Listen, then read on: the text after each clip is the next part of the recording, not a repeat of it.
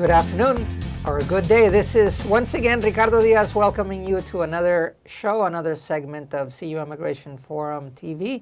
Hoping to inform you, to exchange views, to learn about the immigration issues that happen across the country and at the state level and certainly locally here in the Urbana-Champaign community. We thank you very much for listening and welcome your feedback. And the information is at the end of the show as to how to get in contact with us.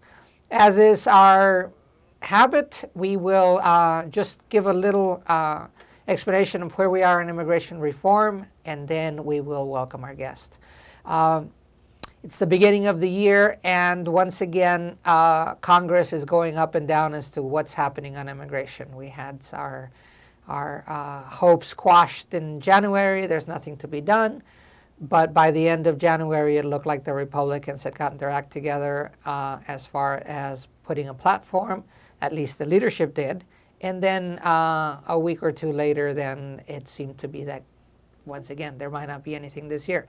The news this week has been that perhaps immigration reform will come by the end of the year, right after the elections.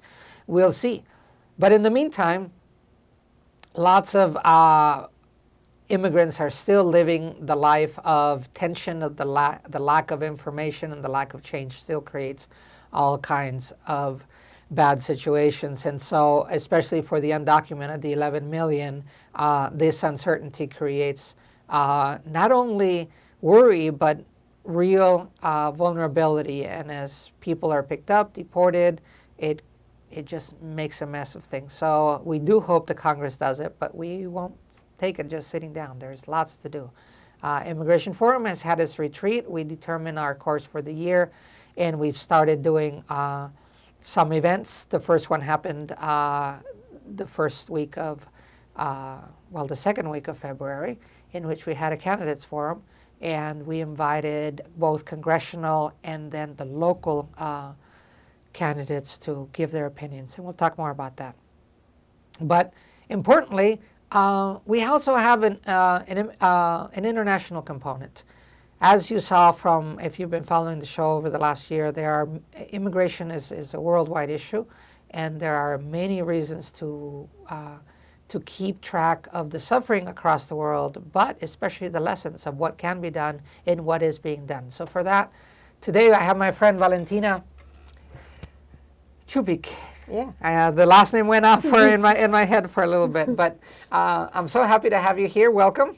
Thank you. Urbana-Champaign is a small community, but I was just hearing that you are also coming from a similar-sized community. Yeah. I'm living at current time at Podolsk town. It's 6 kilometers near the Moscow, and we have population about 200,000 people.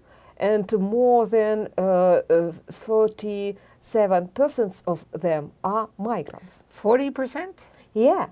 40% of 200,000 is about 85,000 people are migrants. 85,000 people in your community of 200,000 are, here we call them immigrants. Yeah. But I think the interesting thing for us is going to learn. Mm-hmm.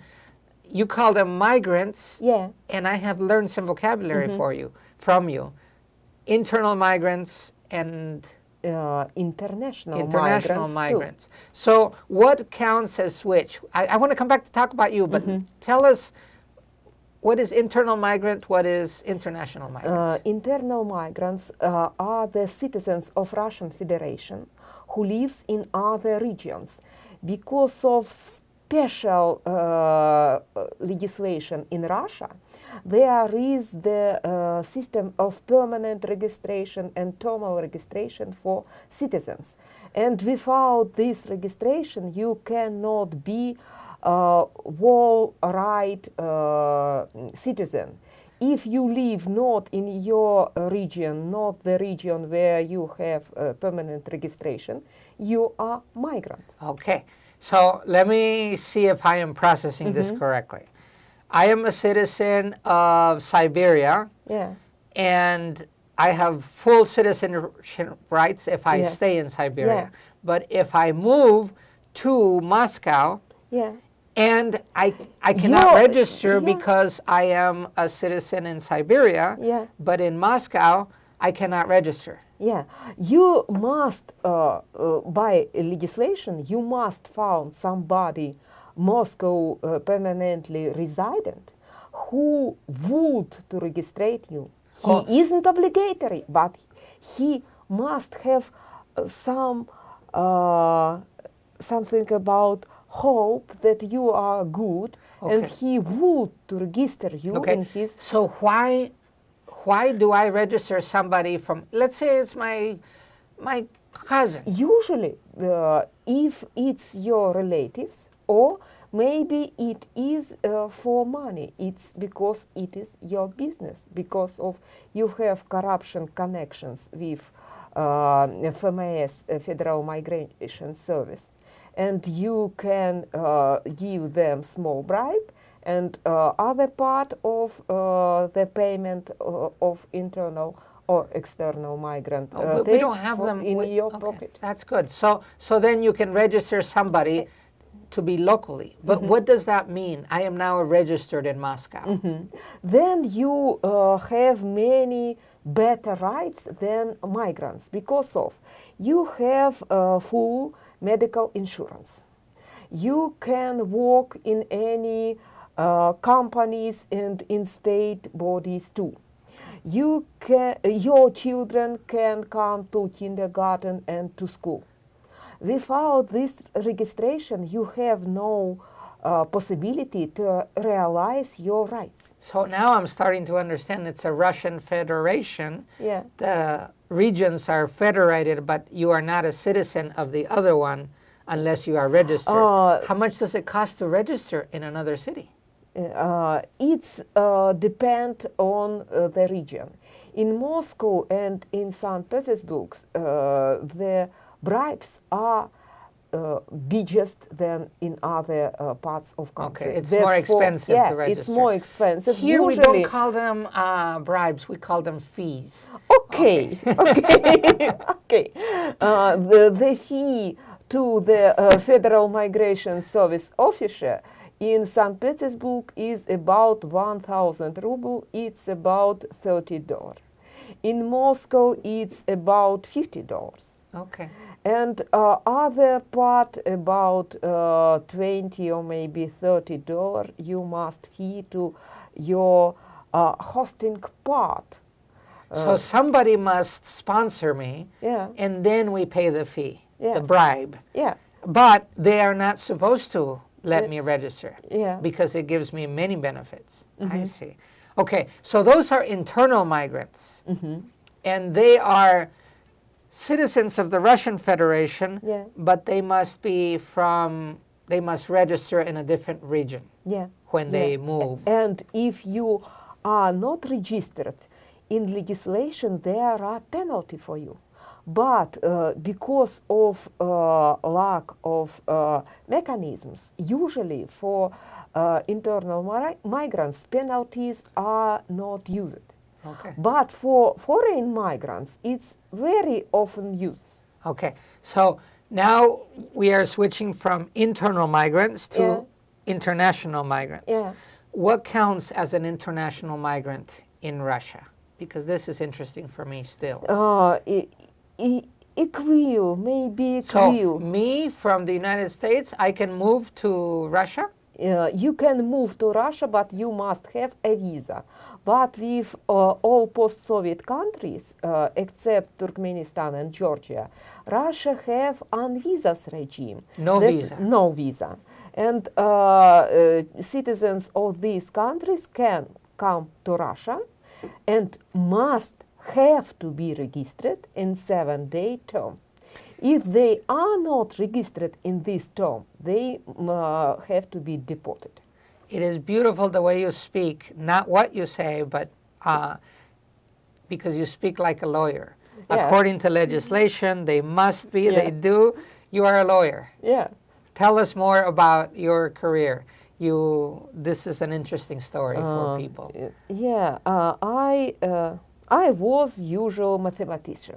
You were a mathematician. Yeah, I was a functional analysis specialist. I finished my learning, and it was not so many job for me.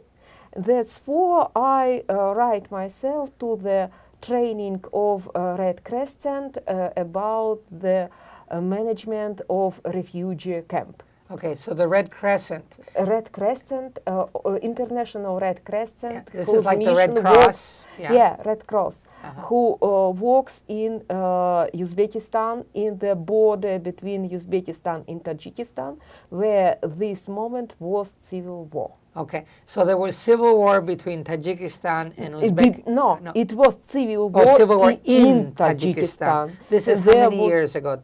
15, It 20? was it was in 1996 year. Okay, so in about 1996, there was internal war in Tajikistan, and the Red Crescent would provide services For refugees from Tajikistan to Uzbekistan. They had moved to Uzbekistan. Because about quarter part of Tajik citizens are Uzbeks. Oh, so in Tajikistan, There are many Uzbeks. there are many About- Uzbeks, so they were moving back to Uzbekistan Yeah, because of the war. Yeah, Oh, and that's when you started working for them, but you were a mathematician, yeah. and so you were working on... I was in this training. It was very interesting. It was very fun. I was very enthusiastic. And after the training, the trainee asked us, who would be our volunteer? I said, me, of course, me. I didn't understand what I do. And in the next week, I came to the border between Tajikistan and Uzbekistan. I believe that I shall construct a camp for refugees. It will be so fun as it was in training, but there was terrible, there was hell. There stand two emergency medical cars in the border of Tajikistan and in the border of Uzbekistan. And there was 830 meters between them. And we must transport on our hands the people between the life and death. So you volunteered to Yeah. go to this situation, and what you found is that this was a harsh reality of war. Yeah. And so you were there at the border, Yeah. and you had to move people from... Yeah, there was so many blood. It was so terrible, so many sick of people. I cried every time.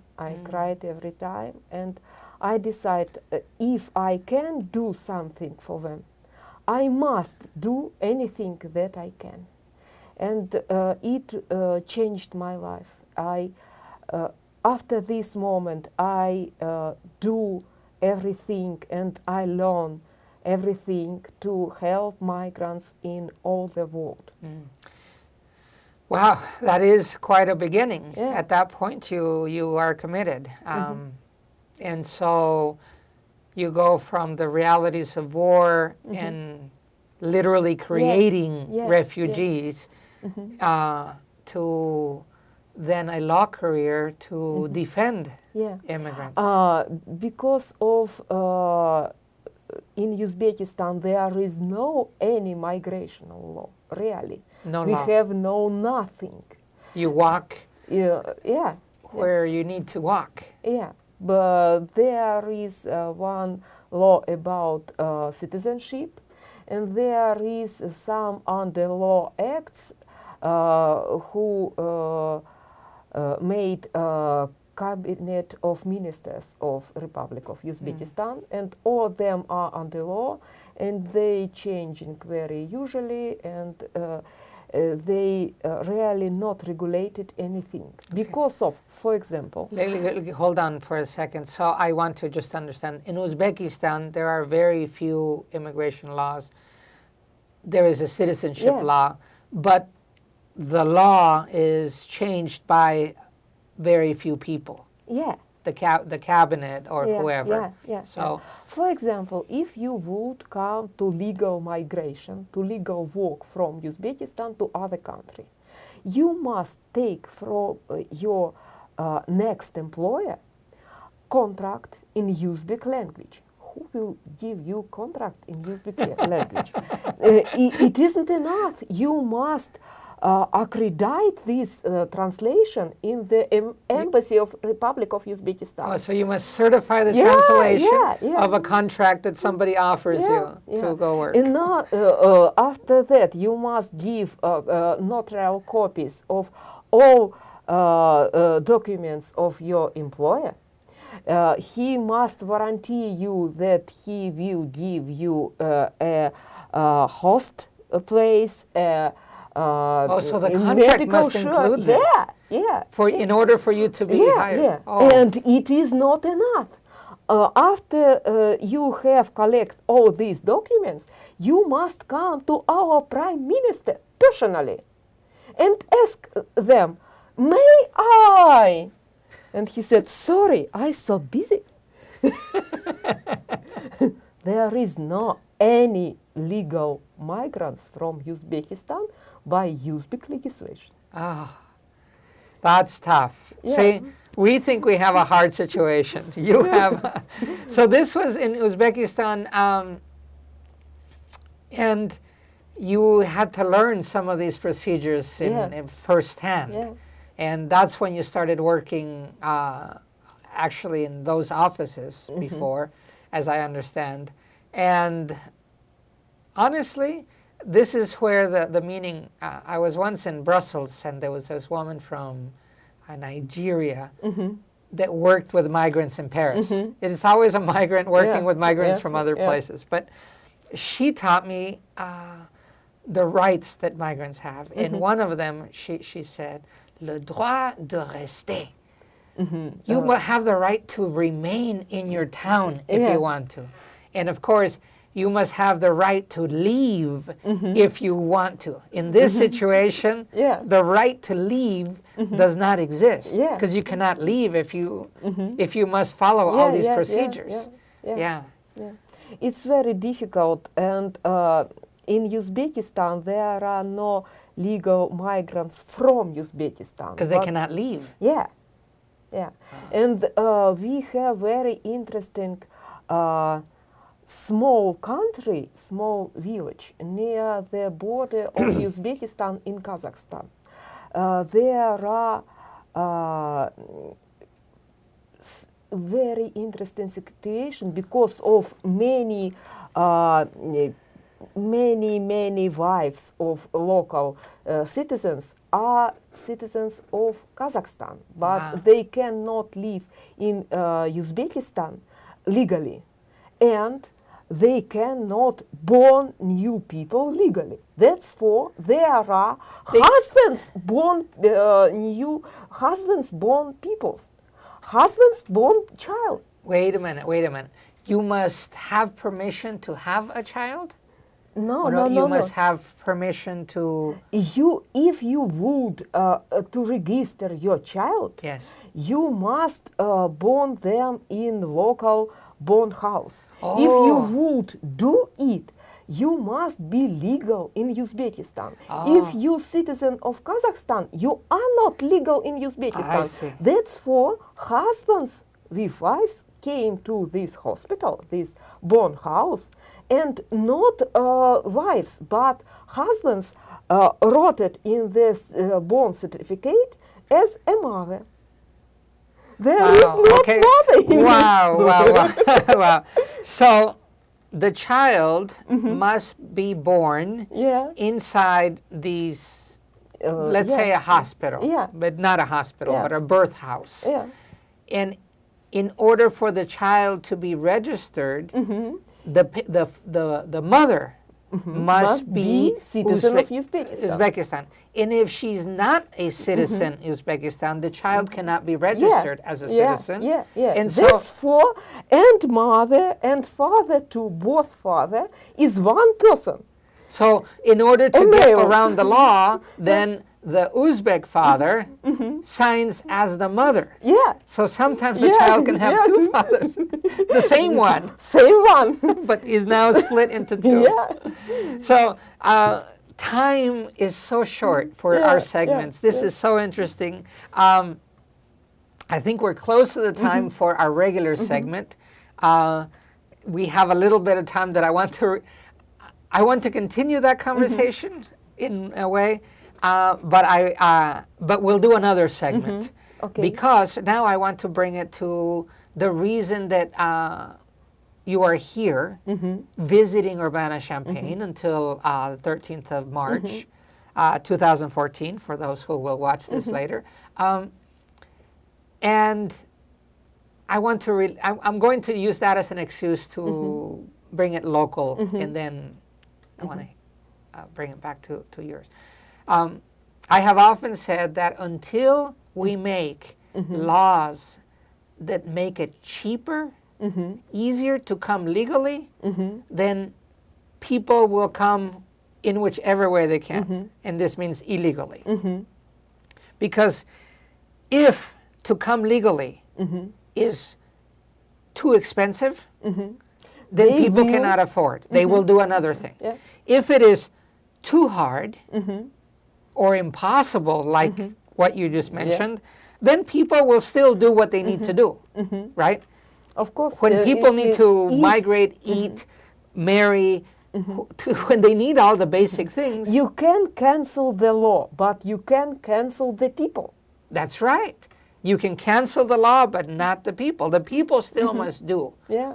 And so that's maybe the warning for our legislators.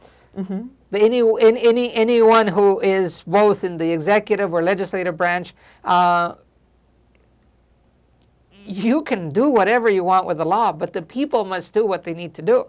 Migration is, for me, not only a historical phenomenon, it is a human phenomenon. People migrate, they need to eat, they want to better their lives, and so they do. We must remember that only 100 years ago it was not any visas in the world. In the world, exactly. 120 and 130 years ago, there were no watches. Yeah. You know, there was no time. Whenever you arrived in a town, you pulled out your watch and you said, "What time is it here?" Yeah. And said, "Oh, it's 3 o'clock here." So you put. Yeah. That's why people change Yeah. time. If you arrived on the train, what time is it here? It is now 9 o'clock. Okay, so you change your clock. 100 years ago, we are living in an invention of clocks, inventions of visas, right? Permissions are made up. And if governments made a visas, do they stop the migration? No, they didn't. It's good example. What are you doing, dear government? That what are you doing isn't a matter at all. It's maybe a matter of money for you, but it isn't matter of lives of usual people. Lives of regular people. That lives of usual people is a wonderful way of saying it too. So, as wonderful as this conversation is, we have to end it only because the segments run in half an hour's terms. But I would be remiss not to say. So, Valentina Chupik is here in Urbana-Champaign. What are you doing in our little town? I learned an American experience for advocacy company against racism and xenophobia and migrantophobia, because of in Russia it's one of the most important problems today. Migrantophobia became the state policy in Russia. Migrantophobia. We need to use that here too. That is a wonderful word. You have taught me a new word. Please continue. Okay. We have big lack in legislation. Now I have to live in Russia. And there is big lack of legislation in regularization usual, regularly part of migration. There are many migratory laws, but they cannot be used. They cannot work without mechanisms.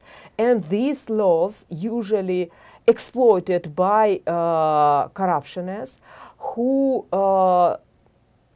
take bribes from regular migrants to do anything. Okay, if you let me process that, Yeah. because in your passion, I have to capture everything. The laws of Russia are right now migrantophobic. Yeah. And they cause oppression on the migrants, but especially because the labor laws are, the work laws are very negative, very bad. Not labor law, but registration Registration law. Okay. and law for give or confirm rights of migrants to realize their rights. In Constitution, all migrants in Russia have rights, but we have no any possibilities for realize them because of we have a right to live. But for this we must registrate ourselves. But we have no any possibility registrate ourselves. We must found somebody Russian who will registrate us, and he wouldn't registrate us except as it is business. If it is business, we must pay them about $80 and he will registrate us. But we cannot live in his house where he registrate us. That's why we have to be deported by the law. Wow. So essentially, the Constitution of the federal of the Russian Federation allows for migration. Yeah. But the policy is such that you cannot actually migrate. And we are talking, and we'll deal this in the next segment. There is Russian Federation today proper, and then there is the old Soviet Union. So all the other countries that today are independent countries, they have free passage into the Russian Federation. Without visas. Without visas. However, when somebody arrives, they must register. And when they do not register, because they cannot register, then they create a going against the law, and then they can be deported. Okay, so that is one of the good things that we learned from you. You are also here to investigate, to learn. And so this is an invitation to the public. Valentina Chupik is here from Uzbekistan to interview and learn about how we do things here in Urbana-Champaign, to integrate, to detain, to motivate, and deal with the fact that we also have migrants. We also have immigrants, some of them internal and some of them international too. I love the paradigms as you move them, because we are still dealing with people. So this is the invitation for the public, and I want to leave this segment with this. Valentina is here for the next 2-3 weeks. I invite you, if you both want to share your story with immigrants of how you work with them or what your experience is, let Valentina interview you. On the other hand, if you would like Valentina to share her story and her experience, please dial us up, cuimmigrationforum.org. The email is seec@cuimmigrationforum.org. Okay? Or you can call me 217-979-0255 and ask to schedule yourself with Valentina. We will deal with this. We will continue this on the next segment. But for today, we just want to invite you, as passionate and as with the fervor that Valentina explains this, there is much more to learn. And I want to thank you in this segment for being with us. We will yet continue. Thank you.